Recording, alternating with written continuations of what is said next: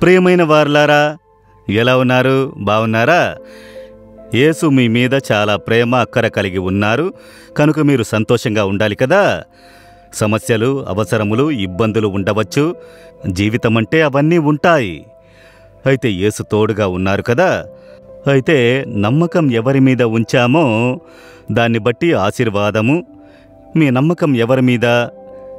కొందరికి తమ సొంత బలము మీద నమ్మకము, కొందరికి తమ సామర్థ్యం మీద నమ్మకము, కొందరికి తమ చదువు పట్టా మీద నమ్మకము, కొందరికి తమ బంధువులు, చుట్టాలు, పదవిలో ఉన్న వారి మీద నమ్మకము. మీ నమ్మకం ఎవరి మీద?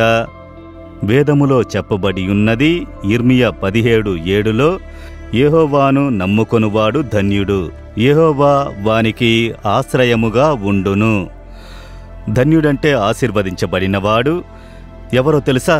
యెహోవాను నమ్ముకొనువాడు, ప్రభువు మీదనే నమ్మకము గల మనుష్యుడు.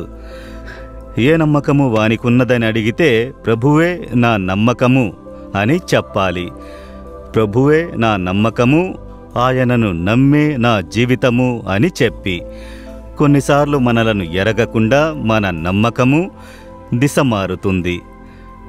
నాకు ఒక తల్లిగారు తెలుసు. చెన్నైలో అనేక సంవత్సరాలకు ముందు వారిని దర్శించినప్పుడు మంచి భక్తి గలవారు, మంచి ఆత్మీయ అనుభవం గలవారు, ఎప్పుడూ ప్రార్థించువారు. ఒకరోజు దుఃఖంతో ఒక కార్యము చెప్పారు. నాకు 2-3 సంవత్సరాలుగా ఒక సమస్య అయ్యా అని అన్నారు. ఏమిటా కార్యమని అడిగాను. నేను ఊర్లో నుండి వచ్చేటప్పుడు నేను ప్రయాణం కొరకు ప్రక్కింటిలో తెలిసినవారు, అలవాటు పడ్డవారి దగ్గర అప్పు తీసుకుని వచ్చాను. నేను వెళ్ళిన వెంటనే పంపుతాను డబ్బును అని చెప్పి వచ్చాను. 2-3 సంవత్సరాలు దాటిపోయినవి, ఏ డబ్బు పంపలేకపోతున్నాను. ఆ అప్పు నా హృదయమును బాధించుచూ ఉన్నది. నేను ఒక నమ్మకంతో వచ్చాను. అయితే ఆ నమ్మకం ప్రకారం జరగలేదు. ఏమిటా నమ్మకము? ఏ నమ్మకంతో అప్పు తీసుకున్నారు అని నేను అడిగాను.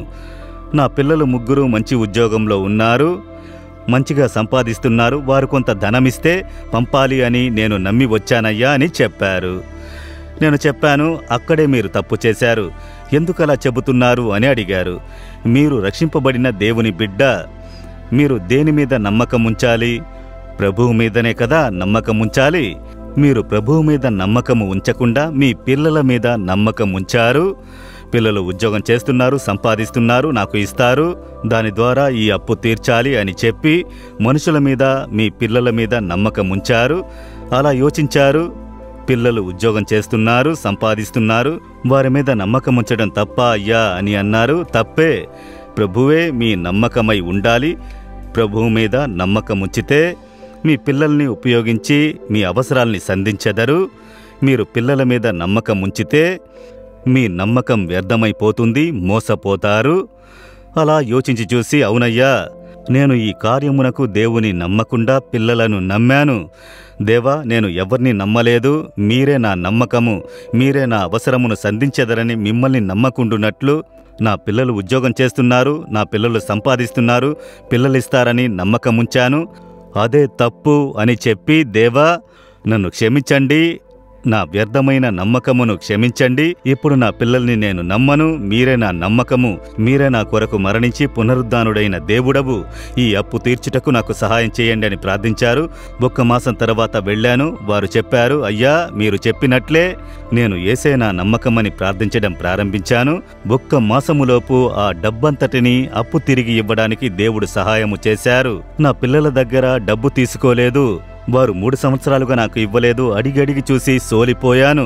ఇప్పుడు నేను ప్రభు యొద్ద అడిగినాను. వేరొక మార్గంలో నా అవసరము సంధించారయ్యా ఆనందంతో చెప్పారు. కనుక పిల్లలు సంపాదిస్తున్నారు, పిల్లల మీద తల్లిదండ్రులు నమ్మకముంచుట తప్ప అని అడిగితే తప్పు కాదు. మీరు వచ్చి పిల్లలే నా నమ్మకము, నా వ్యాపారమే నా నమ్మకము, నా ఉద్యోగమే నా నమ్మకము, నా చదువే నాకు నమ్మకమని వాటి మీద నమ్మకం ఉంచితే మీరు ఆపదలో చిక్కుకుంటారు. ఈ ఉద్యోగమిచ్చిన ప్రభువే నా నమ్మకము, నన్ను చదివించిన నా దేవుడే నా నమ్మకము, నాకు ఈ వ్యాపారం ఇచ్చిన నా ప్రభువే నా నమ్మకము, నాకు పిల్లలను ఇచ్చిన ప్రభువే నా నమ్మకమని ఆయన మీద నమ్మకముంచారంటే మనుషులను ఆయన ఉపయోగించుకుంటారు.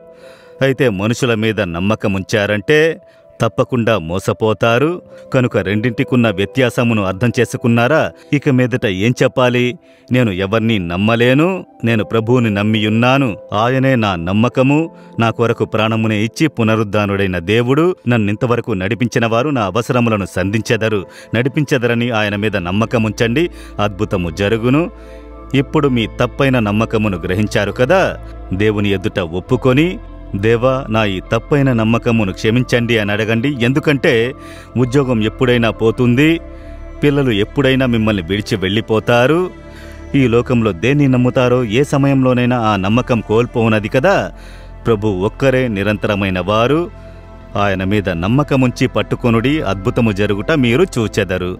ఇప్పుడు చెప్పండి దేవుని చూసి, దేవా, నా వ్యర్థమైన నమ్మకమును క్షమించండి. ఇక నేను ఏ మనుషుల మీద, పరిస్థితుల మీద నమ్మకమునుంచను. మీ మీదే నమ్మకమునుంచుదును. మీరే నా నమ్మకము.